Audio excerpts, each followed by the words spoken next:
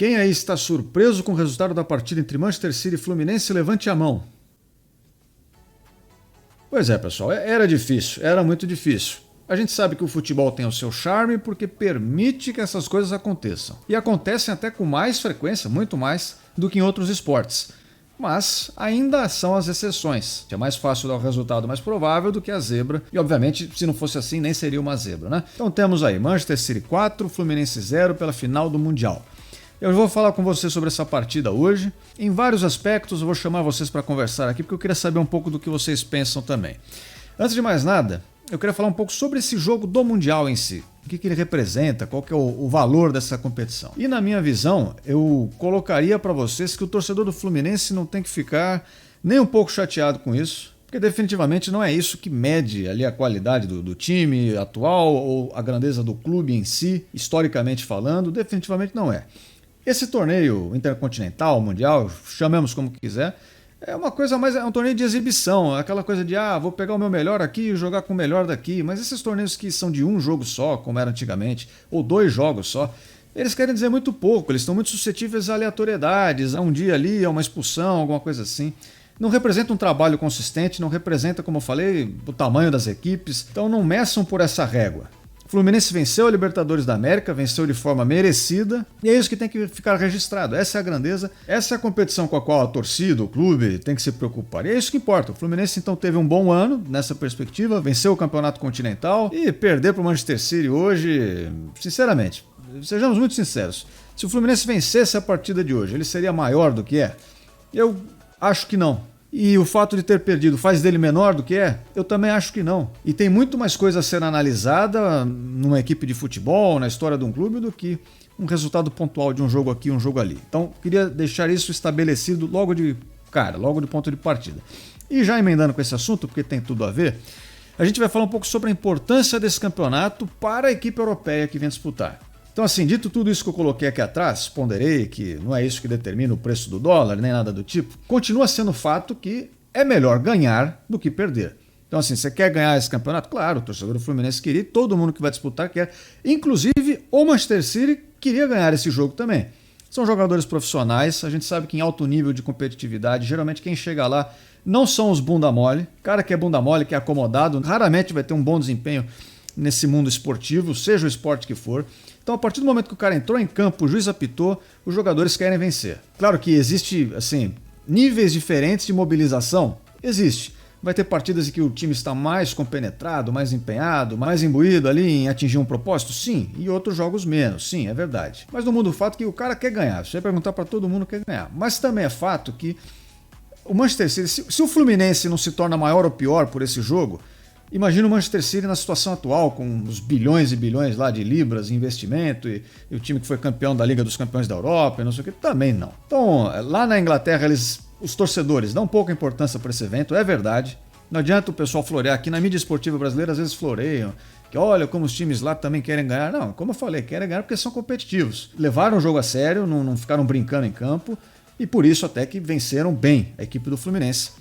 Mas também é fato que não é a maior preocupação, e nem deveria ser mesmo, do Manchester City ao longo da temporada. Então eu queria colocar minha opinião para vocês aqui. Vocês podem dizer também o que vocês acham, se vocês enxergam da mesma forma. Agora, passado esse tópico, vamos para o jogo em específico, falar um pouco de Fluminense e Manchester City, e hoje não vai ter mesa tática. Resumindo, o Fluminense entrou para jogar da forma como ele vem jogando recorrentemente, sem grandes alterações, os mesmos jogadores, a mesma formação, o mesmo propósito de jogo. E isso foi dito pelo seu treinador, foi dito pelos seus jogadores, antes mesmo da partida. Nós chegamos até aqui fazendo isso e nós vamos continuar fazendo a mesma coisa. É uma escolha. Eu confesso que não é a escolha que eu faria.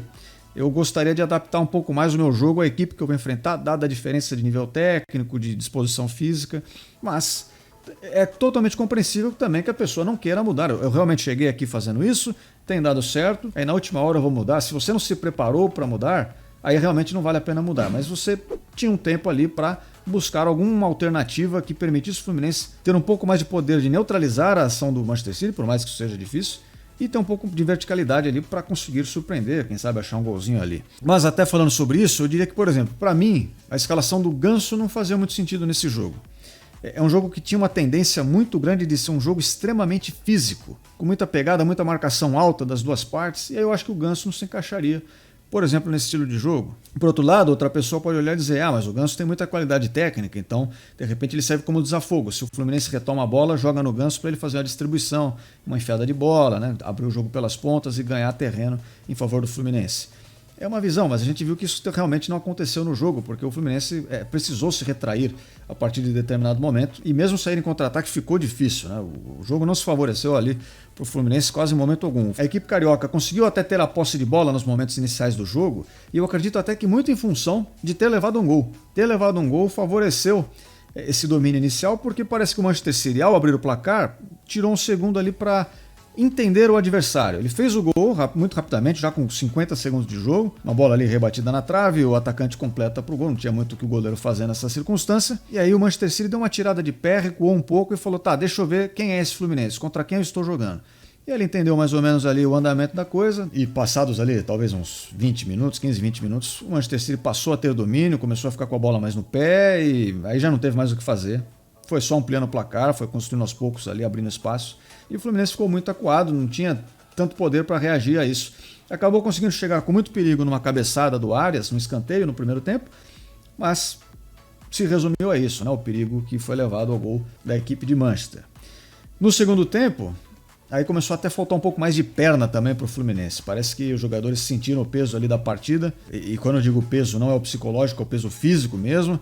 Alguns jogadores sendo cansados, até porque o Fluminense tem uma média de idade também no seu elenco mais alta, então é normal que haja esse desgaste.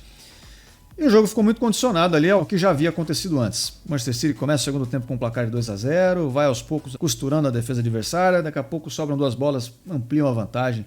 Não tinha muito o que fazer, a verdade é essa. Então acaba o jogo, tem até uma pequena discussão ali, os jogadores do City comemoram, como a gente mencionou lá no começo, claro que eles querem ganhar, levaram o jogo a sério, por mais que, como eu falei, a competição em si tenha pouca importância. E a equipe do Fluminense, por sua vez, saiu, acho que com o entendimento de que a gente fez o que podia, respeitamos nosso estilo de jogo, fomos até onde deu e acabou que fomos derrotados, mas não parece que foi uma grande frustração, a equipe não saiu em prantos de campo, nem nada do tipo. E aqui até complementando um pouco o que eu dizia no início do vídeo, tem essa questão psicológica também, que eu acho que muitas vezes a equipe brasileira vai jogar esses jogos mundiais com muito peso que elas mesmas se colocam.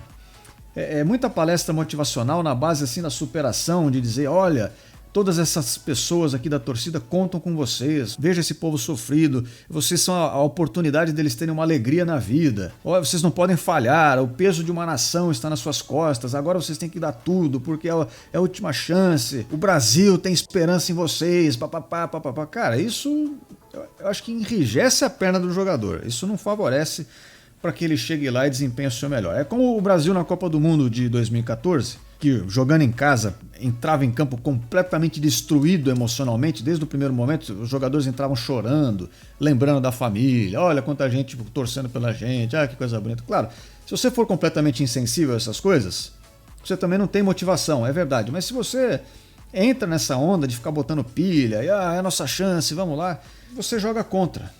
Vai contra o patrimônio. Enquanto a equipe adversária às vezes está entrando ali, cara, é mais um jogo, eu sou profissional, estou aqui para cumprir minha função, vou dar meu máximo para ganhar e vamos embora. Esse cara com certeza entra muito mais leve do que o outro que está ali com aquele universo de responsabilidades e pesos e gente chorando com aqueles vídeos motivacionais, você sabe de onde veio, olha onde você chegou, blá, blá. Cara, não é essa a hora, acho que, para fazer esse tipo de discurso. E todo time brasileiro, com o Fluminense agora não foi diferente, acaba caindo nessa armadilha de criar uma pressão que não é necessária. Só para completar esse raciocínio, do enfrentamento entre a equipe, seja sul-americana, ou mesmo africana, asiática, quando chegam nessa final contra o europeu, a gente ainda vai ver alguma equipe ganhar esse torneio. Faz tempo que não acontece, é verdade, mas a gente ainda vai ver. Mas o problema é que vai ser sempre na casualidade. Ali, no inesperado. Dos anos 2000 para cá, essa tem sido a regra. A equipe europeia é muito dominante, tem projetos muito maiores, mais ambiciosos, porque rodam muito mais dinheiro no futebol de lá, tem uma correlação entre as coisas, né? E aqui a gente fica meio que com as sobras. Os jogadores bons que estão aqui, em geral, é porque não são tão bons assim, né? Porque logo eles são exportados. Então aqui a gente acaba ficando com um jogador que ou era bom e já está no fim da carreira, ou ainda a gente vê que ele vai ser bom, mas ainda está começando, então ainda não veio ninguém comprar, mas daqui a pouco vai embora também. Resultado, você junta os que sobram, entre aspas, da América do Sul contra os melhores da América do Sul, inclusive, e do resto do mundo que jogam nesses grandes times europeus. Para vocês terem uma ideia dessa diferença, O Manchester City tinha 3 jogadores importantes contundidos. Desde que foi campeão da Liga dos Campeões, perdeu jogadores também em termos de transferências, né? Tipo o Gundogan, que foi para o Barcelona. E mesmo assim, com várias ausências, jogador reserva, jogador machucado, né? Ainda a gente viu que está num nível acima. É muito difícil. Então, por mais que as equipes sul-americanas às vezes vençam, não é sistemático. Não vence porque a gente tem aqui realmente um modelo superior que vai consistentemente bater de frente com a elite do futebol. Não, não vai. Você vai vencer de vez em quando, mas vai ser... hoje deu sorte. E dessa vez essa sorte, essa mística do futebol não visitou o Fluminense. E tudo bem. Segue a vida, não tem nada demais nisso. Então não estou surpreso, respondendo a pergunta que eu coloquei no começo do vídeo, e não acho que o Fluminense tenha passado vergonha, sido humilhado. Não foi isso que aconteceu. Então, pessoal, esse é o meu comentário sobre esta partida da final do Mundial. Eu estendi um pouco sobre o assunto mundial em si, porque eu acho que é uma boa oportunidade, né, para a gente falar disso. Afinal de contas, acabou de acontecer. Então, para você que quer receber mais vídeos, eu lembro vocês que vocês podem se inscrever no canal. Se vocês derem um like no vídeo, vocês ajudam bastante, ajudam mesmo aqui o meu trabalho. E eu convido todos vocês a estarem aqui de volta no próximo vídeo. Espero todos vocês em breve. Até a próxima. Fui!